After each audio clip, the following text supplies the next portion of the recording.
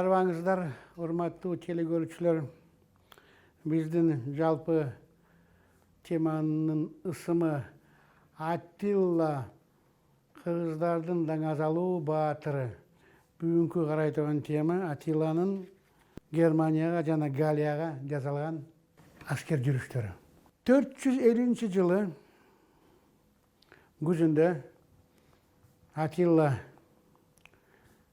биринчи хан, улуу хан, ага хан, кыскача каган.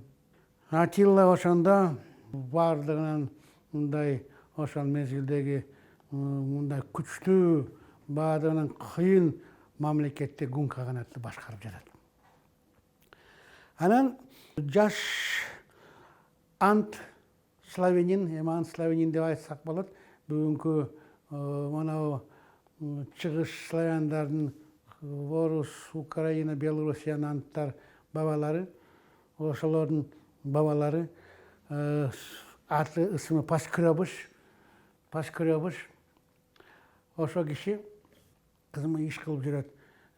Тамгас Танабашев. Тамгас Танабашев деген эми бүгүнкү айтсак болот.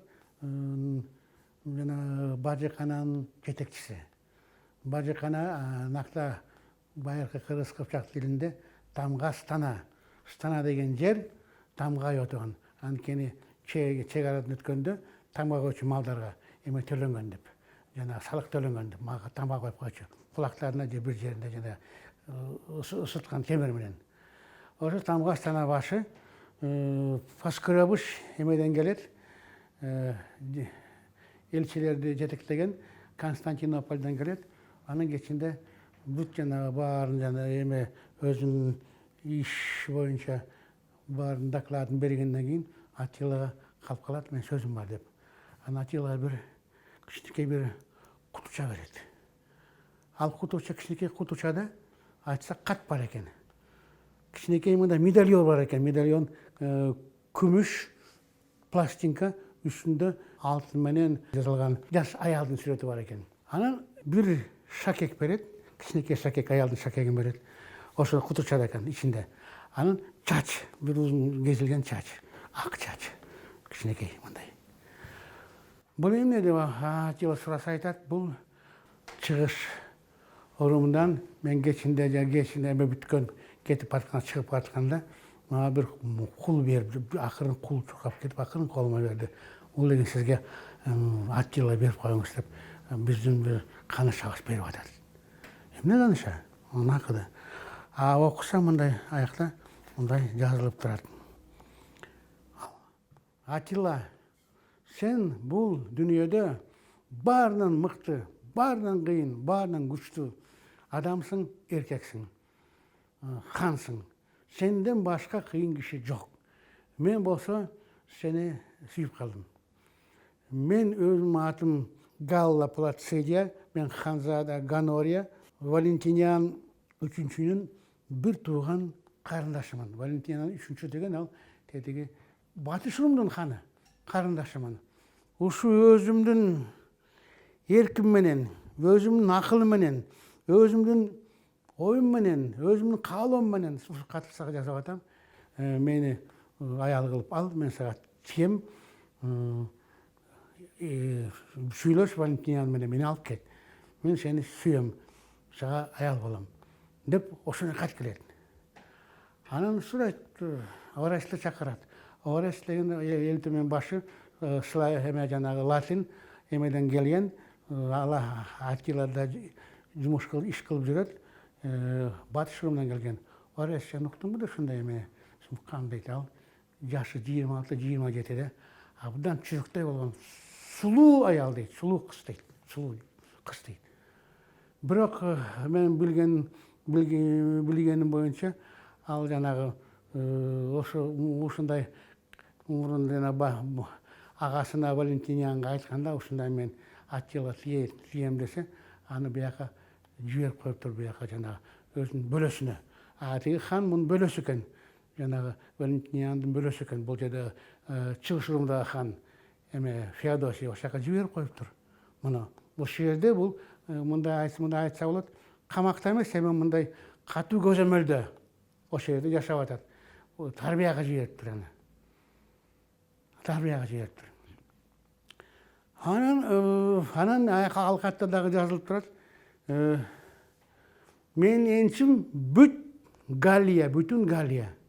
Галлия деген бүгүнкү Франция. Мен энчим бүтүн Галлия дейт. Ошол гонория, ошо катында жазат. Күз, ноябрь айларбы. Ана Атила чогултат эмелерин, жардамчыларын. Эмне кылабыз? Жардамчылары келет. Айбарс, Валамир, Гостун, жана башкалары келет. Арест, эмне кылабыз десе, Айбарс таекеси, ошондо ал гундардын улуу камы, улуу шаманы, улуу камы, ал айтат, элчи жиберели. Анан бир 20-30 киши элчи жиберет. Жана бай жана белектер менен, байлуу белектер менен элчи жиберет Валентинянга. Аякта мындай кат жазат Атила. Салам, урматтуу Валентинян. Сен болсоң, Валентинян, тетиги румилердин, латиндердин, галдардын, галларамандардын, вескоттордун императорусуң. Мен болсо Атилла, бул дүйнөдө талалык гундардын, тогулук аландардын, жана токойлук оскоттордун, токойлук славяндардын ханымын. Мен сага бул кат жазып атканым, мен накта маалымат алдым.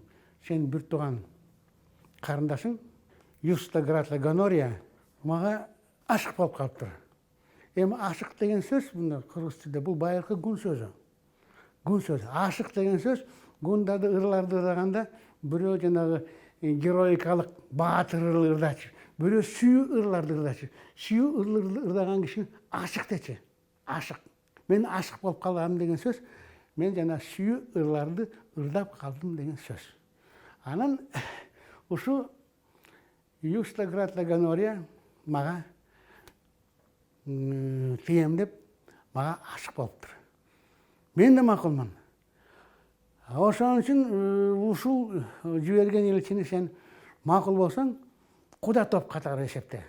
Макул болбосоң, анда ойлон, кандай натыйжа чыгат. Аягында сен макул болбогондугуң кандай натыйжа чыгат. Анда ойлонуп көр. Анткени сен макул болсоң, бул дүйнөдө экөөбүз тууган болсок, эч ким бизге теңине албайт бул дүйнөдө. Эч кайсы мамлекет, кайсы эл бизге теңине албайт. Ошону ойлонуп көр. Сен макул болсоң, мен сага Далмация деген жерди, жана 50 жыл мурун биз аны басып албадык беле, Далмация деген жерди. Ал бүгүн жанагы эменин тегереги, эмеге жакын, Кара деңизге жакын, Адриатикалык деңизге жакын чоң жерлер, бүгүн аякта Черногория, Сербия, ошолор сыяктуу. Далмацияны мен сага кайтарып берем. Белек катары кайтарып берем сага ошол жерди. Мен билем, жанагы кимдин энчиси Галлия. Галлияны сен мага бересиң. Анткени ал жанагы Юста Гратанын энчиси. Ошону давай биз сүйлөшөлү деп элчи жиберет. 3 айдан кийин элчилер кайра келет. Анда мындай кат алып келет. Бизде Батыш Румда андай жок. Биз ханзадаларды, кыз ханзадаларды, бойгот эткен кыз ханзадаларды биз күйөөгө бербейбиз. Алар өмүр бою күйөөгө тийбей калат. Весталка болуп, Веста деген эме бар, кудайыбыз бар. Жана ошо жаш кыздардын кудайы, күйөөгө тийбегендердин кудайы ошо Весталка болуп, ошол жерде сыйынып, ошол жерде калып калат, ошол жерде жашайт. Биз аларды күйөөгө бербейбиз. Ошол күйөөгө бербеген үчүн эч кандай анын энчиси да жок. Сен таарынба, бирок экөөбүз жакшы мамиледе калалы, шериктеш мамиледе калалы деп кат жиберет Валентинян. Ал ошондо Атиланын кыжыры кайнат. Жини келет, ай, аны айтат жана Айбарска, Ареске. Ай, ойлонуп көргүлөчү. Өзүнүн энеси Галла Плацидия анын атасына тийгенде өзү ханзада болчу. Өзү тиги эмеден келди. Чыгыш урумунан келди. Энчи алып келген ошону. Энчиси эме болчу, Испания болчу энчиси. Сицилия болчу энчиси. Энчи менен келген бияга. Испанияга тиешеси жок бул жерге. Испания Константинопольго тиешеси бар болчу. Анан ошону энчи кылып алып келди. Кандай? Аларга эметкенде, аларга мындай алып көргөндө ханзадалар үйгө тиет экен, инчап келет экен. Мага келгенде эч кандай укук жок экен да. 5 салка болот экен да. Эмес жок экен, жооп. Мен согуш ачам дейт. Өзүм бар күч менен алам дейт. Өзүм эмде өзүм колоктумду күч менен алам дейт, согуш ачам дейт. Анан күч менен алам деп, анан кышында, январларда жарыя кылат. Давай чогулгула.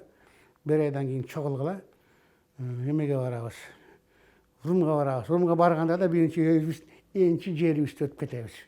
Жана Германия аркылуу Франция, Галлияны өтүп кетебиз, көрөбүз жерибизди. Анан барып, жана Ганорияны бошотобуз.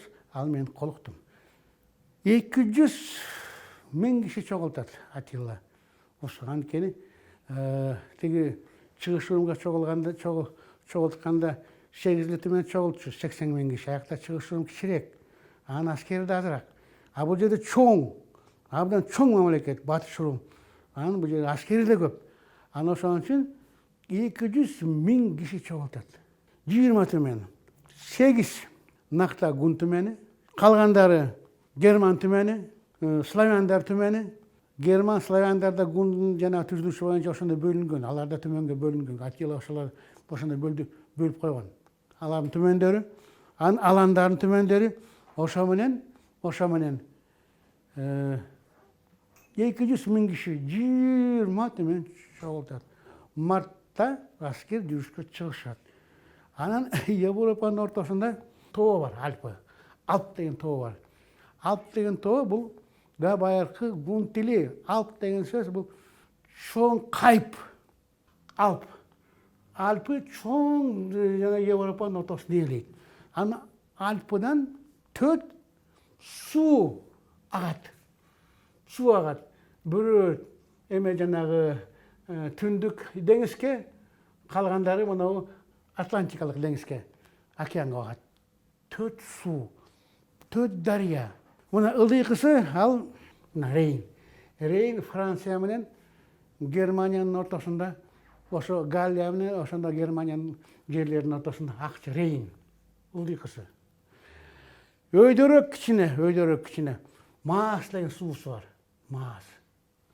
Андан өйдөрөөк Сена. Андан өйдө Луара. 4 суу агат Алпыдан. 4 суу агат. 4 дарыя.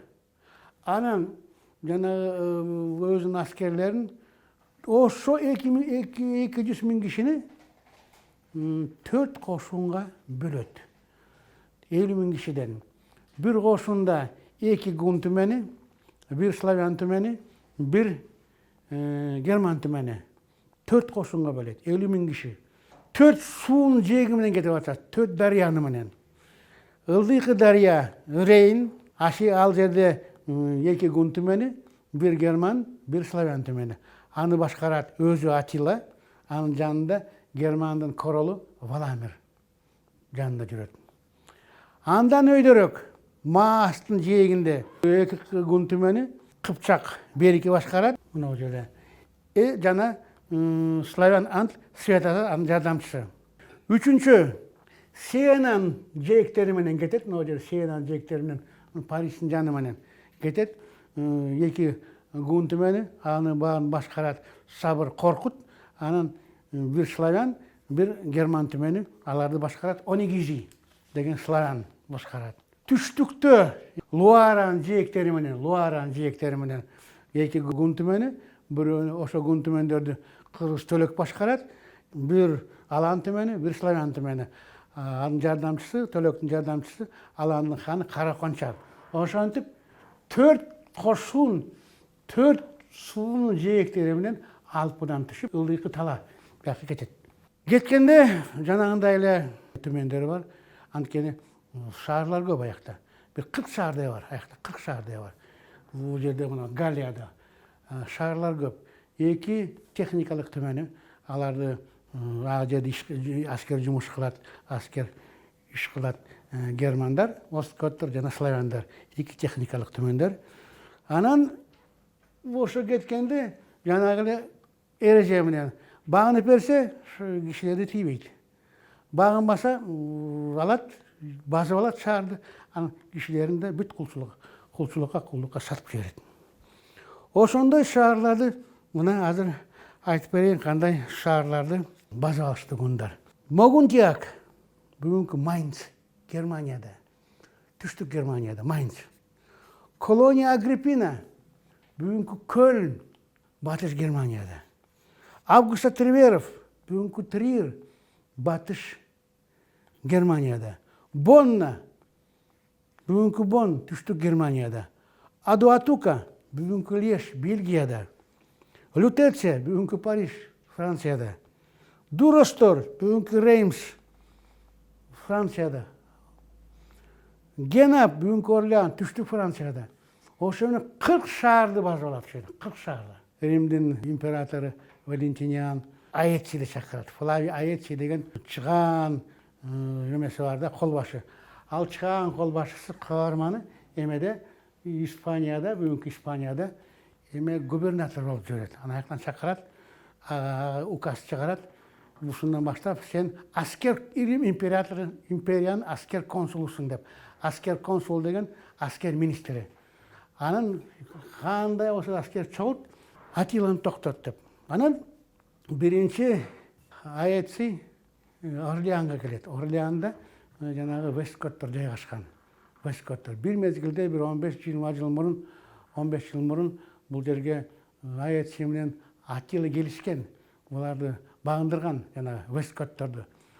Anı bırak orta joldan eme toktattırıp janağı imperator toktattırıp ayağına çeyin soğuş çıkpay kalgan. Attila gayra ol jalıp ayırga tartkan. Тигиле Теодорих өзүнүн кичинекей автономный мамлекетке сактап калган. Анан ошо аятчы келет ошо Теодорихке. Ошондой Теодорих Аттила келатат. 220 мен менен сен жардам бербесең сени да кырат, сени да өлтүрөт. Десе анда аны шылдыңдайт. Теодорих, "Эй, кандай болуп калды? 15 жыл бурун келбедиңер беле Аттила экөөңөр мени жеңебиз, талкалайбыз" деп. Meni kança жамандык кылдыңар. Менин 5000 жорокелеримди эмеге алып кеткенсиңер, кулчулукка сатып жибергенсиңер. Анып калдыңбы? Эми сен келип алып азыр мага чакырып атасың, согушка Аттилага барбайм дейт. Өзүңө согуш кыла дейт. Ана тиги аятчы кетпей ошонун күнү ошонун вилласына жатып алат. 3 күн бул сурайт, жалынат, ай, болбойт, кел. Антпесе тиги 3 күндөн кийин аны жибейт, макул болот тиги Теодорих. Анткени Теодорихте 60 bin askeri var. Andan çıkardak 20 bin jana sarmattardын askeri var. Teodorихка баш ийет. Анткени sarmattар кошулуп баягы Баламбер 100 жыл мурун Баламберден качкан sarmattар. 80 bin askeri var. Ошон үчүн ким аятчы кетпей жатат. Анын макулдугун алып, анан бүт эме жиберет, чабарман жиберет эмелерге. Аскер чогулткан аскерди жанагы түндүк кампания деген жер бар. Жер ошондо аты компания түндүк шампаньга келге чогулгула. Жана Шомон деген суунун жээгине чогулгула деп жиберет. Чабармандар кетет Англияга. Анда Британия болчу. Чабармандар кетет түндүк Африкага, Марокко, бул Римдин жерлери болчу. Германиянын ылдый жагына, бул жерде да Римдин эмелери бар, жанагы аскерлери бар. Чабармандар кетет Сицилияга. Ошентип армияларын чогултат. Армия Римдиктердин уставы боюнча армия 30 bin киши, 5 легион армия чогултат. 451-жылы Британиядан, анда Англия деген ат жок болчу. Британия болчу. Англиялар келдик болчу жака. Анан эки армия, бирөө мына түндүк Африкадан, бирөө Испаниядан эки армия келет Римдин өзүнөн. Ошо менен аятчы 330 bin kişi түндүк Галлияга кампания деген жерге чогултат. Алар ошол жерде жана эме түзүп, ордо түзүп, жайгашып, ошол жерде күтүп атышат. Качан согушту баштайбыз деп. Аттила аны билип, ошонун жанында эле ошол жака да өзүнүн аскерлерин чогултат Аттила. 20 менен 200 bin кишиси бар болчу. Андан тышкары Аттилага кошулду 30 bin жергиликтүү келттер. Кошулду дагы 20 bin латифундиялардан качкан кулдар кошулду. Майда Urular koşuldu, Atilla koşuldu. Жүргендер koşulu oşağın Atilla 250-260 min kişi oşağıdan çoğulttu Atilla'da. 330 min asker ayetsi çoğulttu. 250-260 min asker Attila çoğulttu. Bирок güçler bara var. Emçün degende bara var. Antkeni 330 min askerden, yani Rimliklerden 70 min ile atçan. Bu yerde 260 minden 180 min atçan. Bir atçan iki joe жүрген emege jokerge bara var. Antken joe жүрген joker kalkanın götüröt, найзасын götüröt, kılıçın götüröt, jağasın götüröt, bарын özü götürüp жүрөt. Oşantip 6 sentyabrda 451 жылы o şerde жана Шаман деген жерде, Каталаун таласы деген жерде, o şerde iki çoğ asker çoğula. Dünyada unday uşağa çeyин çoğulgan emес. Bir жерде 1,5 milyon asker kичинекей жерде 5 çarşı kilometrede çoğulat. Ertesi günü 7 sentyabrda Каталаун salgılaşуу baştalat. Каталаун salgılaşуу жөнүндө мен эмки жол айтып берем. Den sağlıkta olunuz, jolukmanga çeyin.